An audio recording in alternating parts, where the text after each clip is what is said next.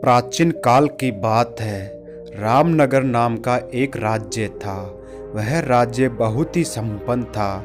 राज्य में एक बसेड़ी नाम का गांव था, जहां के लोग अपना सारा काम दिन में किया करते थे। लेकिन रात होते ही सारे लोग अपने घर के अंदर चले जाते हैं। कोई भी रात के समय अपने घरों से बाहर नहीं निकलते थे। उनके ऐसे करने का कारण उनके अंदर का खौफ था, जिसके कारण वह बाहर आने की हिम्मत नहीं जुटा पाते थे। उसका कारण था बबली माल। वह बहुत ही खतरनाक डाकू था। वह रामनगर के जंगल में रहता था। जो भी राहगीर उस जंगल के रास्ते से जाता था, वह उन लोगों को लूटकर मार देता था। वह लोगों के बीच डर बनाए रखने के लिए मारे हुए व्यक्ति की अंगुलियां काटकर उसकी माला बनाकर पहना करता था, जिस कारण उसे बबली माल कहते थे। एक दिन गौतम बुद्ध रामनगर से गुजर रहे थे। वहाँ के लोगों ने उन्हें देख उनका खूब आदर सत्कार किया। बुद्ध ने कहा कि लोगों को चिंतित महसूस किया और लोगों को इस तरह से परेशान देखकर गौतम बुद्ध ने उनको सबसे पूछा, सब इतने डरे हुए क्यों हैं? वहाँ के लोगों ने कहा, यहाँ एक बबली नाम का डाकू रहता है।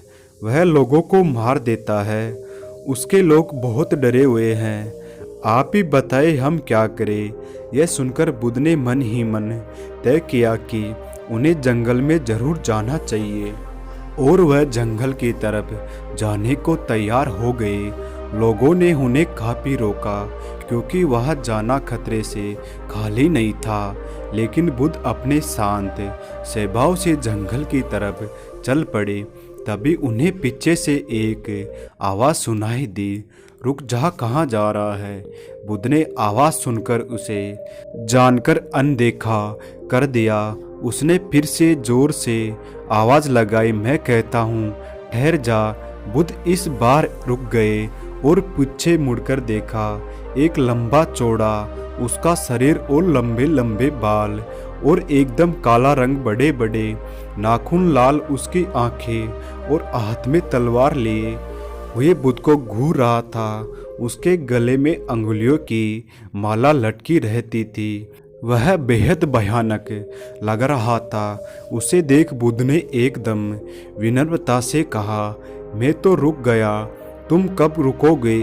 तुम अपनी यह हिस्सा कब बंद करोगे? जिससे बबली माल को देखकर सब लोग डर के मार कांपने लगते थे। बुद्ध उसके सामने एकदम आराम से खड़े थे। बबली माल ने पूछा, सन्यासी तुम डर नहीं लगता? देखो मैंने कितने लोगों को मार उनकी अंगुलियां पहन रखी है। बुद्ध ने कहा, कैसा डर उससे लगता तो जो सच में ताकत होता है। बबली माल जोर जोर से हंसा और बोला, सन्यासी तुम्हें क्या लगता है मैं ताकतवर नहीं हूँ? मैं एक बार में 10-12 लोगों के सिर काट सकता हूँ। बुद्ध ने कहा, मैं नहीं मानता कि तुम सबसे शक्तिशाली हो। यह सुनकर बबली माल जोर से हंसने लगा और बोला, अच्छा अगर ऐसी बात है तो तुम यही बताओ मैं ऐसा क्या कर जिसमें तुम मानोगे? बुद्ध ने कहा, ठीक है, फिर तुम जाओ और उस पेड़ से 7 पत्तियां तोड़कर लाओ। बबली माल बोला, बस इतनी सी बात, तुम बोलो तो मैं पूरा पेड़ ही काट डालूं। बुद्ध ने कहा, नहीं, तुम बस पत्ते ले आओ। बुद्ध के कहने पर बबली माल ने वही किया। वह पेड़ के पास गया और उसमें से 7 पत्तियां तोड़ लाया। फिर बुद्ध ने कहा, जाओ अब इन पत्तियों को वापस से उस पेड़ में जोड़ दो। यह सुनकर बबली माल क्रोधित हो गया और उसने बुद्ध से कहा, ये कैसा बेहुदा मजाक है? भला कोई पत्तियों को तोड़कर वापस पेड़ से जोड़ सकता है क्या? तब बुद्ध ने, क्यों, तुम तो बेहद शक्तिशाली हो, तो इसे जोड़ क्यों नहीं सकते? जब तुम किसी चीज को जोड़ नहीं सकते तो उसे तोड़ने का हक तुम्हें किसने दिया? एक आदमी का सिर जब जोड़ नहीं सकते तो काटने में क्या बहादुरी है? अगर तुम किसी को जीवन नहीं दे सकते तो उससे मारने का भी तुम्हें कोई हक नहीं है। बबली माल सुनकर हैरान रह गया था। उसे पहली बार एहसास हुआ उससे भी कोई बड़ा ताकतवर व्यक्ति है। वह बुद्ध की बातें बड़े ध्यान से सुन रहा था। एक अनजानी शक्ति ने उसके हृदय को बदल दिया। उसे आत्मग्लानि होने लगी। वह बुद्ध के चरणों में गिर गया और उनसे माफ़ी मांगने लगा। वह बोला, हे बुद्ध, आप मुझे अपने शरण में ले लीजिए।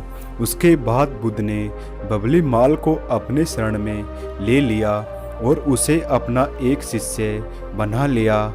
इसके बाद से बबली माल ने बुरे काम करने छोड़ दिया। अतः हमारी भी लाइफ में भी कुछ ऐसे ही इंसान समस्या होती है जिसे देख हमें लगता है वह कभी बदल नहीं सकते। हम अपने डर कर दूर भागने लग जाते हैं।